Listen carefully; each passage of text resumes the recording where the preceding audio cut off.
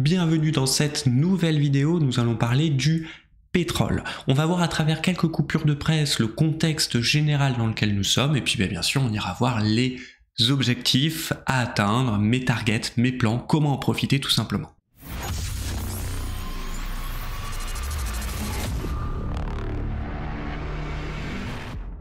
La première coupure de presse que j'aimerais échanger avec vous, c'est celle sur la réduction du nombre de barils de pétrole en circulation par l'OPEP. Ils ont décidé de réduire de 2 millions de barils par jour à partir de novembre la production de pétrole. Ça veut dire quoi? Ça veut dire que moins de barils en circulation, chacun des barils vaut donc plus cher.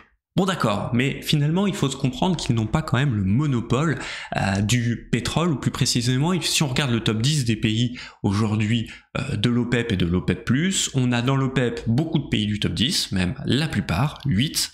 Ensuite on a dans l'OPEP+, tout le reste, avec la Russie qui est en 3e position, et puis pour finir on a les États-Unis qui sont en 7e position, et finalement qui jouent un jeu dangereux entre l'OPEP, l'OPEP+, et les États-Unis. Jusqu'à présent, je vous parle que de l'OPEP, et ça depuis tout simplement la crise économique induite par la Covid. Mais il faut comprendre que les États-Unis, eux, n'ont pas augmenté leur production de pétrole jusqu'à présent. Tout simplement parce que ça les arrange bien d'avoir un pétrole suffisamment haut, et ça leur arrange encore plus qu'on pointe du doigt l'OPEP en disant c'est l'OPEP, c'est la faute de l'OPEP. La coupure de presse en question, c'est celle-ci que je veux vous montrer, où justement on voit une diminution, ou une prise finalement de barils de pétrole dans les réserves stratégiques de pétrole, et ça pendant 6 mois. Donc globalement, Biden a ordonné de puiser 1 million de barils par jour dans les réserves stratégiques de pétrole, et ça pendant 6 mois. Alors vous allez me dire, ok Antonin, mais qu'est-ce que ça change finalement? C'est quoi les réserves stratégiques? Les réserves stratégiques, c'est simple. C'est qu'un pays, ou un ensemble de pays comme l'Union Européenne, a des stocks, des gros bags, tout simplement, des grosses cuves, où il y a suffisamment de pétrole pour, par exemple, 1 mois, pour 1 an, etc. D'accord? Les plus grosses réserves stratégiques, c'est 1, les États-Unis, 2, la Chine. L'Europe, en fait, ça compte limite même pas.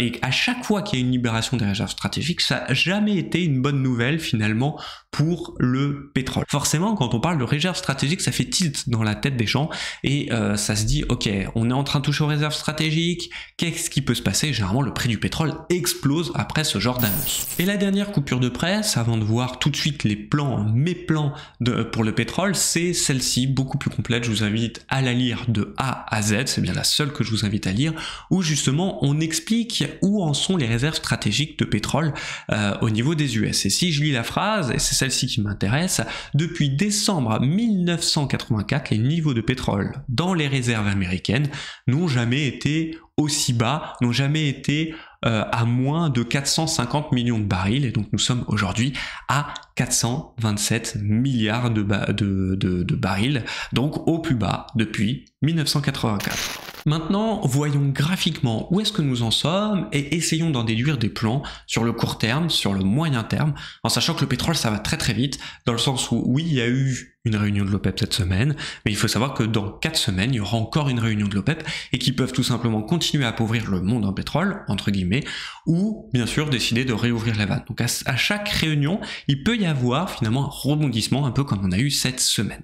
Nous sommes donc ici sur le courbe du pétrole, et globalement c'est le même graphique que je vous propose depuis maintenant plusieurs mois, d'accord, voire même plusieurs années, c'est-à-dire globalement les 100 en rouge ici qui sont très importants psychologiquement pour les opérateurs de marché, et puis après 2 alertes, 120, 140, ok?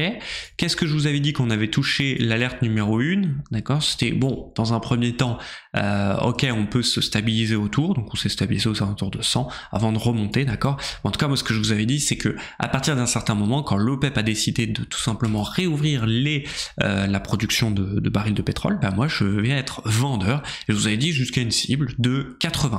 On l'a touché pratiquement au point près, vu qu'on est descendu jusqu'à 76,5, et puis après, maintenant forcément on a décidé de rebondir. Alors forcément, je vais vous dire exactement la même chose que je vous avais dit sur les 80-84 de la dernière fois, voire même sur les 50-57, c'est que dans un premier temps, il y a les 100 qui sont très importants à avoir, et qui vont être pour moi la première zone assez rapide, assez extrême à aller toucher sur le pétrole, c'est-à-dire que les opérateurs de marché vont tout faire pour aller l'atteindre le plus rapidement possible, tout simplement parce que vous avez compris qu'il y a beaucoup d'annonces entre la réduction de l'OPEP de 2 millions de barils par jour à partir de novembre, donc on va pricer un petit peu cette nouvelle, d'accord, parce que novembre c'est quand même dans 3 semaines, donc il y a quand même du temps, mais on va aussi en parallèle pricer la nouvelle des réserves stratégiques de pétrole qui aux US qui sont au plus bas depuis 1984. Donc pour moi, on va faire globalement ça. D'accord, déjà dans un premier temps, et ça va être la première target à avoir. Comment en profiter? Alors, soit vous prenez position à travers des actions type Gazprom si vous pouvez, ExxonMobil si vous pouvez, Total Energy si vous pouvez. Moi je pense que c'est plus précautionneux tout simplement que notre ami le pétrole.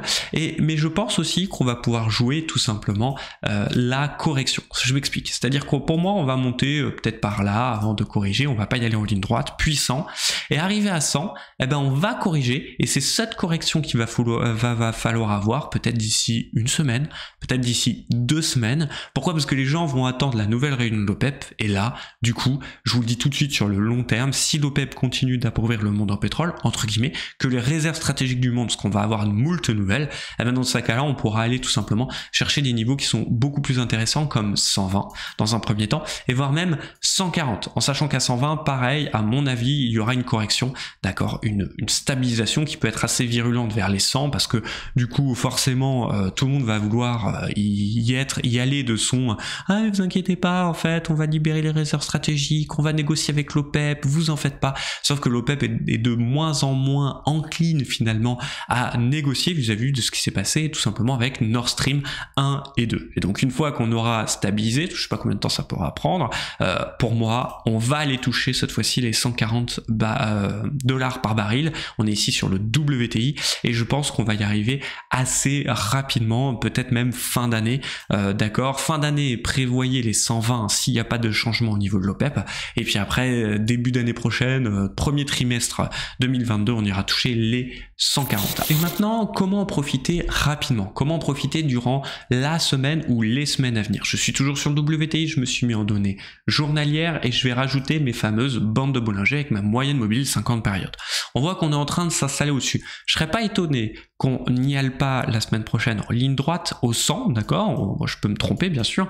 Moi, je vais jouer la correction. Si elle intervient, tant mieux pour moi. Et si elle n'intervient pas, tant pis pour moi, ok? Je vous enlève tous mes créneaux, juste pour vous montrer. S'il y a une correction qui apparaît, en fait, ce que je veux, c'est cette corrélation d'indicateurs, d'accord? Ce que je veux, c'est mes bandes basses de Bollinger en données 4 heures et ma moyenne mobile 50 périodes. Et donc, tout simplement, ce que je vais faire, c'est que je me mets une alerte aujourd'hui sur les 85,1, et tout simplement, ces indicateurs vont remonter, je pense, d'accord, peut-être pas avant mercredi prochain, d'accord, il faudra quand même pas rêver, pas avant mercredi prochain, et je saurai prendre position sur les 87-88, ce qui me paraîtrait être un bon prix. Pour conclure cette vidéo, vous avez compris que moi je m'attends à tout simplement une augmentation du prix du baril de pétrole, par exemple sur le WTI, pour des cibles allant jusqu'à 100 $ le baril pour le WTI, voire même 120 $ d'ici les 3 prochains mois. Et ça, c'est bien si l'OPEP ne change pas de fusil d'épaule. Je vois pas pourquoi ils y changeraient aussi rapidement, ça les arrange de vendre un pétrole cher, et que de toute façon les États-Unis vont pas arriver à renflouer leurs réserves stratégiques aussi facilement. On arrive sur des plus bas depuis 1984, donc faut se préparer un petit peu à tout ça. Je vous ai donné mes plans en trading, c'est-à-dire pour la semaine prochaine, voire même la semaine d'après, mais globalement ça va être assez rapide. Et puis bien sûr, si vous êtes plutôt en mode investisseur, vous pouvez en profiter à travers des actions comme par exemple ExxonMobil ou Total Energy, ma petite préférée, et tout simplement essayer de jouer la hausse du pétrole, et donc à travers ces actions qui sont globalement sur le pétrole. ExxonMobil plus de 90% et Total Energy plus de 85%. Donc forcément, on peut en profiter à travers ces actions-là, à travers des reversements de dividendes pour Total. Sur une échelle de 3 mois, c'est carrément viable. Donc voilà, très sincèrement, n'hésitez pas à acheter du pétrole. On se retrouve très rapidement pour une nouvelle vidéo. Prenez soin de vous et de votre capital, surtout pas de FOMO. On y va doucement, même si c'est du pétrole, même si c'est attractif. Il y aura d'autres occasions, ne vous inquiétez pas. Mais clairement, je sens ici une bonne opportunité. Prenez soin de vous et de votre capital. Allez, ciao.